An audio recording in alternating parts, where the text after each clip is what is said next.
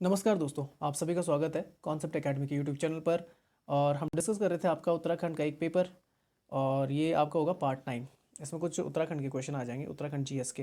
पहला क्वेश्चन लिखा, उत्तराखंड का पंचायती राज अधिनियम कब पेश किया गया था। ये तारीख थी आपकी 4 अप्रैल 2016 को। और याद रखना, ये संशोधित भी हुआ है आपका, संशोधन किया गया था 2019 में। ये आपने याद रखना है।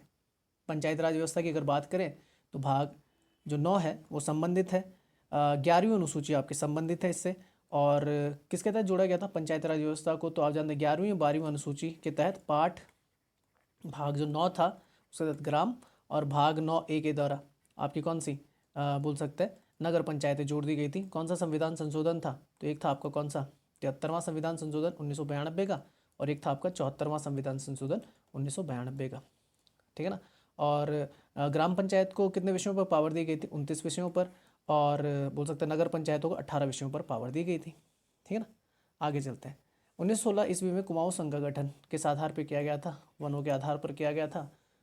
तो ये याद रखना, लिखा हुआ है कि वनों के संबंध में सरकारी नीति के विरोध और जबरन श्रम समाप्त करने के उद्देश्य से इसकी स्थापना की गई थी 1916 से लेकर 1921 तक। वो समय था जब वन विभाग का सहयोग भी नहीं किया जा रहा था। ठीक है ना। जैसे कुछ मांगे की जा रही थी, लिखा हुआ किसानों की मांगों के जवाब में ब्रिटिश सरकार ने अपनी नीतियों में कम सख्त बनाने का फैसला लिया और कुमाऊं वन शिकायत समिति का क्या कर दिया था, गठन कर दिया था। उत्तराखंड में आप जानते हैं कुल मिला के 13 जिले, 7 आपके गढ़वाल में आते हैं, 6 आपके कुमाऊं में आते हैं। गढ़वाल में चमोली, देहरादून, हरिद्वार, पौड़ी, रुद्रप्रयाग, टिहरी और उत्तरकाशी, और कुमाऊं में अल्मोड़ा, बागेश्वर, चंपावत, नैनीताल, पिथौरागढ़, उधम सिंह नगर आता है। उत्तराखंड की अगर स्थापना की बात की जाए 9 नवंबर 2000 को 27वें गणराज्य के रूप में हुई थी। राजधानी गैरसैंण ग्रीष्मकालीन है, देहरादून शीतकालीन। पुष्कर सिंह धामी मुख्यमंत्री, गुरमीत सिंह राज्यपाल है। कस्तूरी मृग राज्य पशु, हिमालयी मोनाल राज्य पक्षी, बुरांस राज्य वृक्ष, ब्रह्मकमल राज्य पुष्प आपको देखने को मिलेगा। कुमाऊं के निवास किस नेता ने भारतीय राष्ट्रीय कांग्रेस के बनारस अधिवेशन इसकी अध्यक्षता की थी, आपके गोपाल कृष्ण गोखले ने। जो गोखले तो जो राजनीतिक गुरु कहे जाते हैं महात्मा गांधी के भी और मोहम्मद अली जिन्ना के भी। ठीक है ना। 1905 वो समय था जब बंगाल विभाजन भी हो जाता है, और बनारस अधिवेशन इसलिए गठित किया जाता है कि भाई स्वदेशी आंदोलन स्टार्ट करना था। तो उत्तराखंड से जो पार्टिसिपेट किए थे वो थे आपके हरगोविंद पंत, पंडित हरगोविंद पंत, ये आप याद रखना। तो लिखा हुआ है पंडित हरगोविंद पंत की अगर बात करें 1915 में कुमाऊं परिषद राजनीतिक समूह के संस्थापक रहे। भारत की संविधान सभा के सदस्य थे, जहां उन्होंने संयुक्त प्रांत की पहाड़ी जिलों के हितों का प्रतिनिधित्व किया था।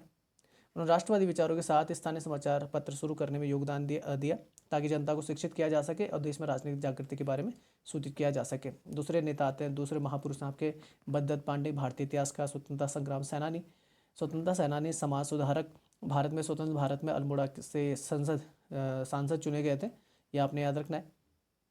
कुमाऊं केसरी के नाम से जाने जाते हैं, अल्मोड़ा अखबार के कहते हैं संपादक सदस्य भी रहे आपके। कांग्रेस की अगर बात करें 1885 में आपकी क्या हुई थी, स्थापित हुई थी। फाउंडर कौन थे, एलन ऑक्टेवियन ह्यूम थे।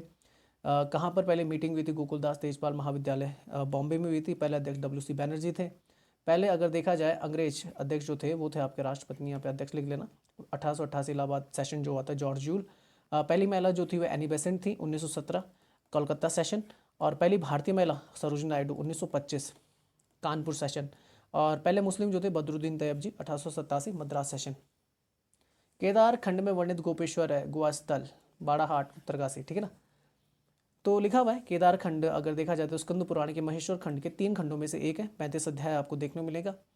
और केदार खंड के नाम से भी गढ़वाल क्षेत्र को जाना जाता है। गोपेश्वर की अगर बात करें, गोपेश्वर आपका चमोली में एक प्रशासनिक मुख्यालय है। और यहाँ पर मुख्य मंदिरों की अगर बात की जाए, तुंगनाथ, अनुसुईया देवी मंदिर, रुद्रनाथ और बद्रीनाथ मंदिर यहाँ पर आपको देखने को मिलेंगे। किस भारतीय को सर्वप्रथम रॉयल ज्योग्राफिकल सोसाइटी स्वर्ण पदक मिला था, ये बहुत इंपॉर्टेंट क्वेश्चन है उत्तराखंड के पॉइंट ऑफ व्यू से, क्योंकि ये थे आपके कहाँ के उत्तराखंड के निवासी पंडित नैन सिंह रावत, जिन्होंने भारत और जो लद्दाख या तिब्बत वाली जो बॉर्डर थी उसको नाप लिया था। ठीक है ना। तो ये आप याद रखना, क्योंकि मैप बनाए जाते थे उस समय ना, क्योंकि आपके GPS वगैरह तो होता नहीं था कि निकल के आ जाए, तो उस समय नाप छाप की जाती थी, पैदल किया था शायद से इन्होंने। तो 1830 में इसकी स्थापना की गई थी, आपकी रॉयल ज्योग्राफिकल सोसाइटी की स्थापना की गई थी। 36 सदस्य होते हैं, 22 जो होते हैं व्यक्तियों द्वारा चुने जाते हैं। मुख्यालय लंदन में, और प्रोफेसर जो स्मिथ क्या निदेशक हैं। नैन सिंह रावत जी की बात करें तो पहले भारतीयों में से एक थे जिन्हें रॉयल ज्योग्राफिकल सोसाइटी अवार्ड मिला था। कुमाऊं के जौहर घाटी से आते थे, लद्दाख से तिब्बत तक व्यापार मार्ग सर्वेक्षण किया था, तिब्बत से लहासा के स्थान तक ऊंचाई का निर्धारण किया था, और ब्रह्मपुत्र के एक बड़े हिस्से का भी क्या किया था, बोल सकते हैं सर्वेक्षण किया था। पंडित किशन सिंह की अगर बात करें, ये भी एक भारतीय खोजकर्ता और मानचित्रकार थे। वर्तमान में पिथौरागढ़ जिले के जो बोल सकते हैं भारत चीन सीमा पर लगा हुआ मिलक गांव है, वहाँ से आते हैं। रामगढ़ क्रैटर का नक्शा बनाने वाले पहले व्यक्ति थे। 1913 में जौहर घाटी के जमीनी स्तर पर विकास सहकारी समिति और जौहर उपकारिणी महासभा के क्या अभिभावक संरक्षक थे। कल्याण सिंह जी की बात करें तो अभी इन्हें पद्म विभूषण दिया गया 2022 में।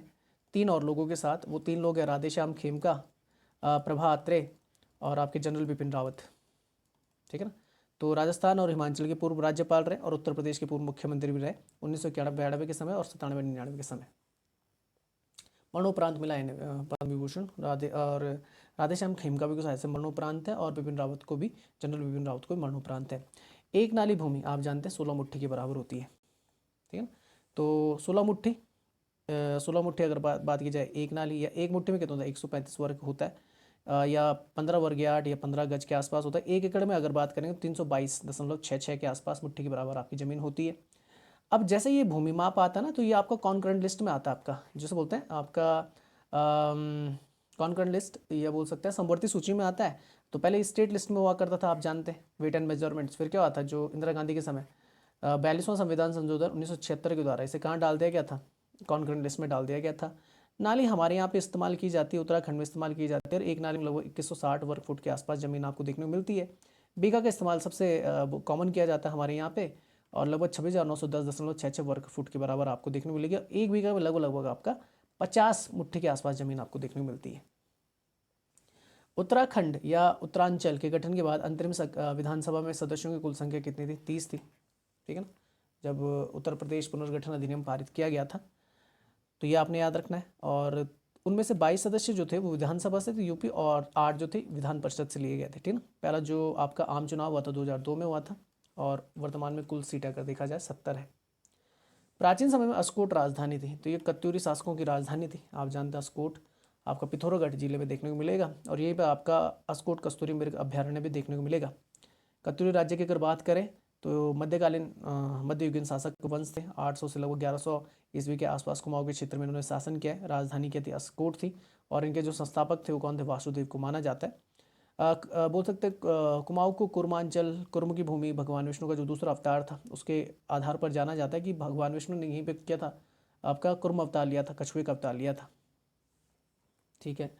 पाल वंश, तो ये आपके अयोध्या से अस्कोट के तरफ आए थे, ये आप याद कर सकते हैं। चंद वंश की बात करें तो सोमचंद संस्थापक बोले जाते हैं। 7वीं शताब्दी के आसपास कत्यूरी राजाओं को विस्थापित करके जो काली कुमाऊं क्षेत्र था चंपावत में, वहाँ पर अपनी राजधानी स्थापित की जाती है इनके द्वारा। और दूसरा आता है पहाड़ी चित्रकला या कला स्कूल का निर्माण चंद वंश के टाइम पे होता है। कुड़िन वंश की अगर बात करें 2री से 3री शताब्दी के आसपास उत्तराखंड और हिमाचल प्रदेश के आधुनिक क्षेत्रों में इनका साम्राज्य था, और अमोघवती एक महान शासक माने जाते हैं कुड़िंदों में। वन अनुसंधान संस्थान देहरादून के मुख्य प्रवेश द्वार का नाम है ब्रेंडिस फाटक, ये आप याद रखना। और 1878 में स्थापना तो हो गई थी, ब्रिटिश इंपीरियल फॉरेस्ट स्कूल के रूप में हुई थी, पर इंपीरियल फॉरेस्ट रिसर्च इंस्टीट्यूट जो नाम पड़ता है 1906, तो आपने याद रखना है स्थापना 1906 में हो रही फॉरेस्ट रिसर्च इंस्टीट्यूट की।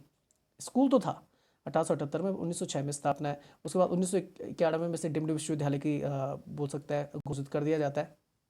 ये आपने याद रखना है। डिम्ड विश्वविद्यालय होता है कि जो बोल सकता है अपनी मार्कशीट क्या कर सकता है या अपनी डिग्री क्या कर सकता है, आपका जारी कर सकता है। ठीक है ना। और ग्रीक रोमन वास्तुकला से निर्मित था। और याद रखना कि ये FRI जो है इसके निर्माणकारी कौन है, वास्तुकार कौन है, तो ये CG ब्लॉमफील्ड। पर याद रखना कि इसका मुख्य द्वार जो है उसे ब्रेंडिस फाटक कहा जाता है। ठीक है ना। यही का जो परिसर आपका वन अनुसंधान संस्थान जो परिसर है, इंदिरा गांधी राष्ट्रीय वन अकादमी, यहीं पर आपके भारतीय वन सेवा में चुने गए जो अधिकारी होते हैं वो प्रशिक्षित किए जाते हैं। बोटिया जाति के ग्रीष्म काल जो होता है निवास को क्या कहा जाता है, मेट कहा जाता है। तो गर्मियों में आ जाते हैं कहाँ पर, मेट में, और सर्दियों में चल जाते हैं कली की तरफ। ये यहाँ पे हिमाचल प्रदेश की कुछ जनजाति लेके गद्दी, गुज्जर, किन्नार, लाहौला, ये सारी आप याद कर सकते हैं। धनुष तीर्थ की अगर बात करें, धनुष तीर्थ कहा जाता है तो श्रीनगर गढ़वाल को कहा जाता है, आपको पता होगा। ठीक है ना। अलकनंदा नदी के बाईं तरफ आपका स्थित है। औसत ऊंचाई लगभग 560 मीटर श्रीनगर की। गढ़वाल में बोल सकते हैं पहाड़ियों का बोल सकते हैं सबसे बड़ा क्या है, शहर है। और NH 58 में आता है। ऋषिकेश से राष्ट्रीय मार्ग जो जाता है आपका श्रीनगर की तरफ, लगभग 100 किलोमीटर की दूरी पर ऋषिकेश से। 1839 की अगर बात करें तो कुमाऊं को 2 जिलों में बांटा गया था, कुमाऊं और गढ़वाल में। 1815 में कुमाऊं क्षेत्र को गैर विनिमय प्रणाली पर एक मुख्य आयुक्त के रूप में गढ़वाल क्षेत्र के अर्ध पूर्वी हिस्से के साथ जोड़ा गया था, जिसे कुमाऊं प्रांत कहा जाता है। 1890 में कुमाऊं में एक कमिश्नरेट बना दिया गया, जिसमें गढ़वाल के कुछ क्षेत्र आते थे आपके, 67 में क्या हो जाता है, गढ़वाल के लिए अलग कमिश्नरेट स्थापित कर दिया जाता है। और 1973 में आपका गढ़वाल और कुमाऊं दोनों को अपना क्या मिल जाता है, विश्वविद्यालय मिल जाता है, जिसमें बहुत बड़ा रोल है किसका, भूतपूर्व आपके मुख्यमंत्री रहे हैं जो आपके नारायण दत्त तिवारी साहब का। केदारनाथ की स्थापना से संबंधित केदारकंठ पर्वत है, ये टोंस नदी पर स्थित है। टोंस नदी यमुना की सबसे बड़ी सहायक नदी है उत्तराखंड में, ये आपने याद रखना है। तो लगभग 1200 फीट की ऊंचाई पर आप जानते हैं ये है। और ये भी आपने याद रखना है कि टोंस नदी के बोल सकते हैं टोंस नदी का उद्गम स्थल यहीं से देखने को मिलता है, केदारकंठ से आपने आपका दिमाग में रखना। और केदारखंड की अगर बात करें तो गोविंद वन्यजीव अभ्यारण्य के भीतर आपका अवस्थित है। कुल मिलाकर यहाँ पर 13 चोटियाँ आपको देखने को मिल सकती हैं। जुड़ा का तालाब एक झील है, कहा जाता है कि भगवान शिव ने यहाँ पर क्या किया था, तप किया था। और इसका नाम क्या किस लिए पड़ा है, तो शिव के बालों से गिरी हुई बूंदों से निकला है, जो 2786 मीटर स्थित जुड़ा का तालाब नाम की इस झील का निर्माण करती है। अगर केदारखंड चोटी की अगर चढ़ाई की बात की जाए तो लगभग 4 दिन के आसपास इसकी चढ़ाई की जा सकती है, 4 दिन लग जाते हैं। केदारनाथ की बात करें तो ऋषिकेश से लगभग 223 किलोमीटर की दूरी पर 3583 मीटर की ऊंचाई पर मंदाकिनी नदी के तट पर आपका अवस्थित है। एक बंजर भूमि है, ये आप याद कर सकते हैं। केदारनाथ से करके अगर बात करें 6940 के पीछे और दूसरा केदार गुंबद 6831 पे। टोंस नदी यमुना की सबसे बड़ी सहायक नदी है और ये आपकी पश्चिमी सीमा बनाती है उत्तराखंड और किसके बीच, हिमाचल के बीच। काली नदी की बात करें पूर्वी सीमा बनाती है बोल सकते हो उत्तराखंड और नेपाल के बीच में, आपने याद रखना है। उत्तराखंड में शारदा नदी या काली गंगा के नाम से भी जानी जाती है। और उत्तर प्रदेश में घाघरा नदी से मिल जाती है, जो गंगा की एक है सहायक नदी। इसमें कई सारी आपकी नदी परियोजनाएं, टनकपुर हो गई, चमेलिया हो गई, शारदा हो गई, यहाँ पर आपको देखने को मिलेगी। ठीक है ना। ये कोशी नदी के बारे में लिखा, कोशी नदी को बिहार का क्या बोला जाता है, सौरभ बिहार बोला जाता है कोशी नदी को। ठीक है ना। मुख्य क्या है इसका, गंगा नदी की क्या है, सहायक नदी है। चलो आगे चलते हैं। पहला विधानसभा चुनाव उत्तराखंड में तो आप जानते 2002 में हुआ था, जिसमें आपकी कांग्रेस ने सरकार बनाई थी। और पहले जो हमें अपने निर्वाचित मुख्यमंत्री मिले थे वो मिले थे कौन, नारायण दत्त तिवारी।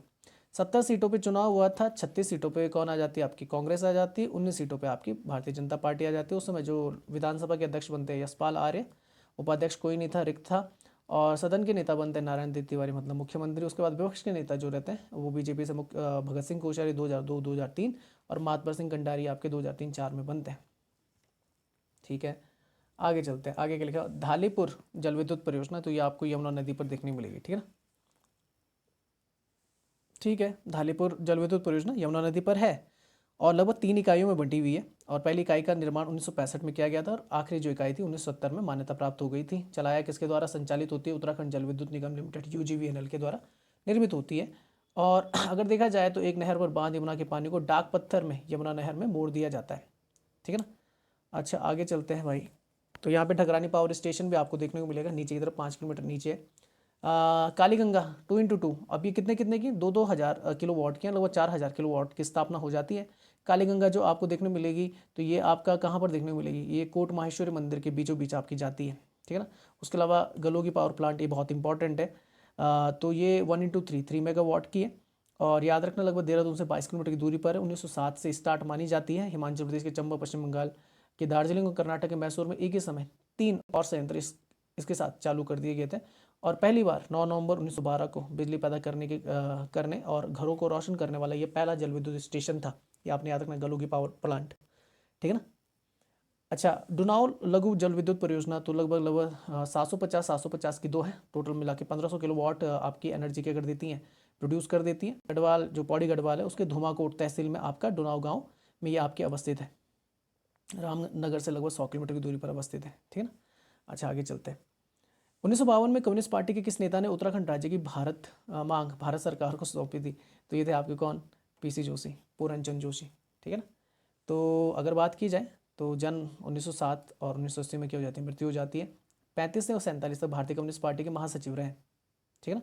और 1952 में यह भारतीय कम्युनिस्ट पार्टी जिसके पहली बार पीसी जोशी द्वारा उत्तर प्रदेश के पहाड़ी क्षेत्रों को अलग करने या अलग राज्य का दर्जा संबंधी क्या था, एक प्रस्ताव पारित किया गया था। एम एन रॉय, इन्हें बोला जाता है कि भाई कम्युनिस्ट पार्टी का भारत में जन्मदाता बोला जाता है। और ये इन्होंने स्टार्ट की थी कहाँ, ताशकंद जो था वहाँ पर सबसे पहले स्टार्ट की गई थी इनके द्वारा। अच्छा, चारू मजुमदार ये आपके एक प्रगतिशील बोल सकते हैं प्रगतिशील उग्रवादी कम्युनिस्ट थे। ठीक है ना।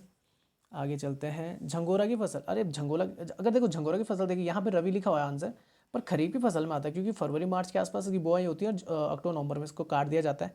अब एक्चुअल में ये होता है एक किस्म का बाजरा है, और इसे बोला जाता है भाई कि ये आपका क्या है, विकल्प है किसका, आपका ऑप्शन है किसका, तो आपका पैडी का, पैडी मतलब धान का, ठीक है ना।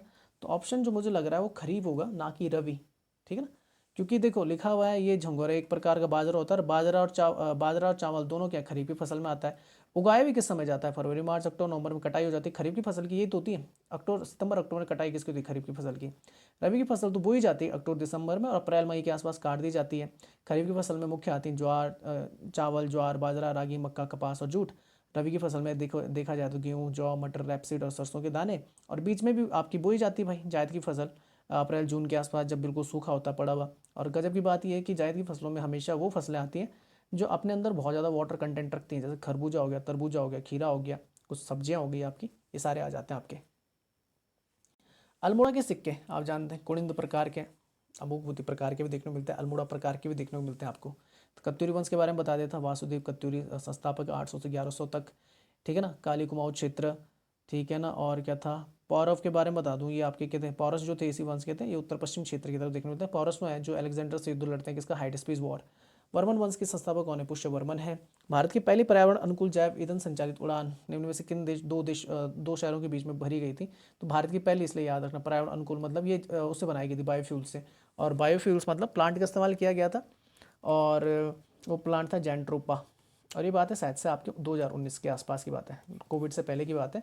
देहरादून से दिल्ली चलाया था स्पाइस जेट, उस समय आपके त्रिवेंद्र सिंह रावत थे, ठीक है ना, मुख्यमंत्री। तो देहरादून से दिल्ली स्पाइस जेट, और इसका नाम था बॉम्बार्डियर Q400 के पास में। इसमें जो देखने को मिला 75% आपका एफिशिएंट टर्बाइन फ्यूल था, और 25% आपका बायोजेट ईंधन था। और किससे बना हुआ था, जेंट्रोपा से बना हुआ था, और CSIR और जो आपका भारतीय पेट्रोलियम संस्थान है उसके द्वारा ये तैयार किया गया था बायोफ्यूल। अलकनंदा नदी का उद्गम स्थल है सतोपंथ ग्लेशियर, आप जानते हैं, और इसी नदी के तट पर आपका बद्रीनाथ अवस्थित है, ठीक है ना। अलकनंदा क्या है कि बहुत इंपॉर्टेंट नदी है, और इसकी 5 सहायक नदियां मैं बता देता हूँ। जैसे विष्णु प्रयाग में क्या होती है, अलकनंदा धौलीगंगा से मिल जाती है, फिर नंदप्रयाग में नंदाकिनी से, फिर कर्णप्रयाग में पिंडर से, फिर रुद्रप्रयाग में मंदाकिनी से, और अंतिम अलकनंदा और भागीरथी मिलती है, और यहाँ पर देवप्रयाग में किसका, गंगा का निर्माण होता है, ठीक है ना। गौमुख ग्लेशियर से निकलती है आपकी भागीरथी, पिंडारी से निकलती पिंडर, और कफनी से निकलती कफनी नदी। उत्तराखंड की राज्य तितली कौन सी, कॉमन पिकॉक, बहुत बड़ी तितली है आपकी ये, ठीक है ना। तो इसका जो वैज्ञानिक नाम है वो है पेपिलियो बियानोर, ठीक है ना। उसके अलावा अगर देखें तो वाद्य यंत्र कौन सा, हमारा ढोल है। स्तनपायी आप जानते हैं, ठीक है ना, कस्तूरी मृग, पक्षी, मोनाल। मछली याद करना, गोल्डन महासीर है। और खेल कौन सा, फुटबॉल है। ठीक है, तो इस वीडियो को यहीं तक रखते हैं। जय हिंद, जय भारत।